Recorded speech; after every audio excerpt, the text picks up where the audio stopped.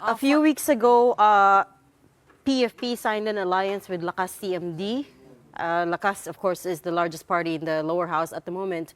As you pointed out, noong 2022, Lakas CMD, PFP were part of the UNI team kasama ang PMP and HNP, Hukbong ng Pagbabago, which as we know is Vice President Sara's political party.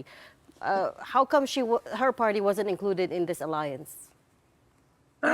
Ganito kasi yan, ano, una nag-uusap yung mga leaders ng political party at kinukonsidera natin lahat ng mga political parties na talagang kasangga natin nung 2022 election.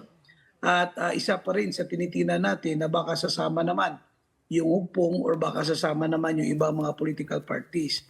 Nauna lang natin nabuo yung alliance between PFP at ang Lakas. At tinitingnan rin natin yung possible alliance ng PFP and other political parties. Ito ay pinag-aaralan, pinag-uusapan kung saang aspeto pwede na magkaisa na kung saan, kung mapapansin ninyo, we have different ideology and principles pero merong common cause na ito naman ang bumubuo ng alliance meron tayo. At nauna na nga na nagkaroon ng alliance ang PFP at ang Lakas, sunod-sunod na ito.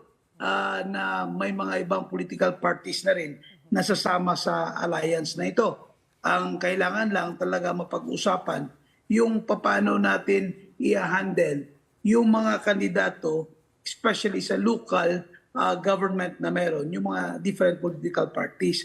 Kaya kailangan bumuo ng steering committee hanggang saan pwede magkasundo at hanggang saan pwede na magkakaroon ng free zone.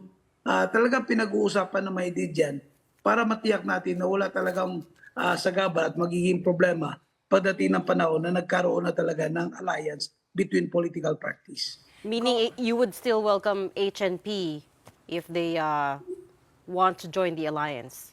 Yeah, definitely. Dahil nga sabi natin mahal na Pangulo ay kahit pa paano susuportahan pa rin natin.